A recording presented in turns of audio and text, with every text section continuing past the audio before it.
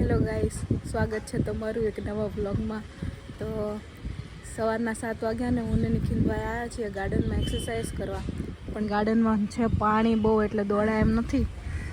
તો ઠંડી એટલી છે, નિખિલભાઈ એમ કહેતા હતા કે ધાબળો લઈને દોડવાનું. ધાબળો લઈને આવ્યા હોય તો કેમ રહે દોડવાનું? ધાબળો એક તો પવન બહુ છે, બહુ પવન છે, ઠંડી એટલી લાગે છે.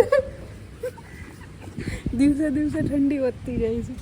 હવે શું કરવું કે સમજ જ નહીં આવતું, દોડવું કે રહેવા દેવું. હવે પેલા મોટા ગાર્ડનમાં જઈએ છે કે ત્યાં દોડા છે. અહીંયા તો પાણી બહુ છે, પાણીના કારણે ઠંડી વધારે લાગે છે, એટલે પેલા ગાર્ડનમાં જઈએ. શું કહેવું?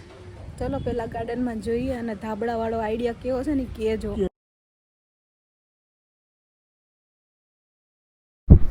નિખિલભાઈ દોડવાનું ચાલુ કરી દીધું છે. અહીંયા ખબર નહીં એનો ખાડો પડી ગયો આવડો મોટો. ખબર નહીં? તને ખબર નહીં? અહીંયા એલિયન આવ્યા હતા, એનો ખાડો. દોડાવડો જાવ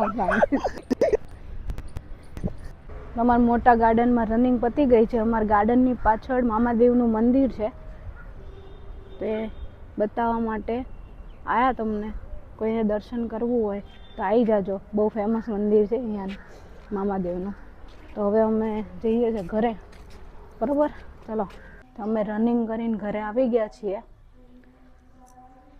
હા, તો અમુક જણા તો એવા છે કે કોકડું થઈ ગયા, ગોદડું મૂકતા જ નહીં. જુઓ તમે ખાલી. Have a look. ઠંડી એટલી છે ને તો બધા કોકડું થઈ ગયા. બધા નહીં, યસલો હે યસલા. અને રાહુલભાઈ ક્યાં આયા? એ કોકડું જ થઈ ગયા છે. પણ એ તો ઉઠી ગયા જો. અત્યારે ઉઠ્યા, હવે આપણે આયા પછી ઉઠ્યા. આપણી તો કસરત પતી ગઈ. આપણી તો પતી ગઈ કસરત. મમ્મી બનાવે ભાખરી, હમણાં બની જાય ને એટલે બતાવો. આવો શિયાળો હોય ને આવી ઠંડી હોય એટલે બધા એને જોર આવે મારી જેમ ઉઠવાનું. પણ આ તો ઉઠી જઈએ બસ. એક મારી મમ્મી અમારા ઘરમાં એવી છે, જોર ન આવે. શું કેવું મમ્મી? ક્યાંથી જોર આવે? કામ કરવા હાટુથી ઉઠવું પડે ને વહેલું. બધાની મમ્મી જોર આવે એવું ચાલે. બધાની મમ્મીને એવું જ હોય, એ વહેલો ઉઠે. બીજા બધાને જોર આવે કે ભાઈ ઠંડીમાં બધા કોકડા થઈ જાય. અને કોને કોના આળસ થાય છે ઠંડીમાં એ કહેજો મને કમેન્ટ કરી. આ મમ્મી જો એની ગોળ ગોળ ચાંદા જેવી ભાખરી ચાલુ કરી દીધી ને હમણાં આપણે બેસી જાવ ખાવા. મસ્ત બનાવે મારી મમ્મી ભાખરી. એમ ન કહેતા બહુ મોટી છે, અમારે આવી જોઈએ. તો મમ્મી અહીંયા ભાખરી મૂકી દીધી છે, તો ભાખરી ખાવા આવી જાવ. તેને ખાવી હોય. નિખિલભાઈ તો પહેલા આવી ગયા. મને તો ભૂખ લાગે ને, દોડી દોડીને ભૂખ ન લાગે, થાકી ગયા હોય. ઓહો ચલો ભાખરી ખાવા. યશભાઈ ઉતારે. અમારે ભાખરી ન હોય, આ ભાખરો હોય મોટો. એકે બઠ્ઠા પડી ગઈ. શિયાળામાં બધા મમ્મી આળસ ચડે, તને ખબર? મેં તને કીધું તું અમારી યશભાઈને વધારે ચડે.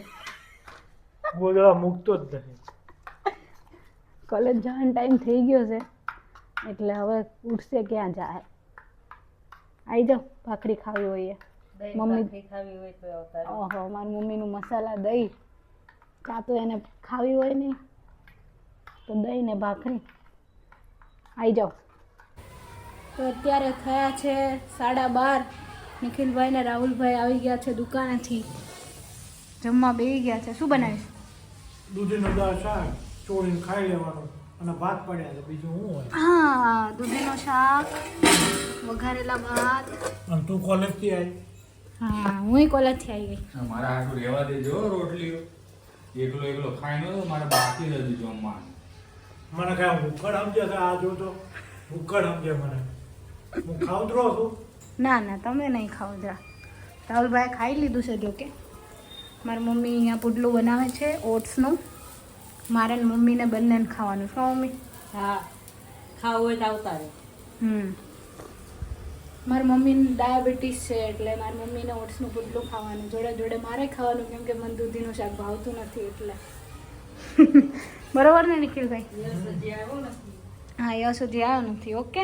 તો અત્યારે વાગ્યા છે બપોરના 3 અને હમણાં અમારે 3:30 જેવી શોપ ખોલવાની છે, ઓપન કરવાની છે. અને અહીંયા ચાલી રહ્યું છે કોમેડી વિડીયોનું શૂટિંગ.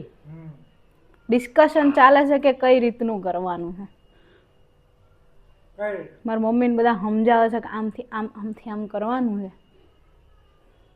તો ચલો એ લોકોને ડિસ્કસ કરવા દઈએ. અને હમણાં 3:30 આપણે ખોલવાની છે દુકાન, તો જઈએ.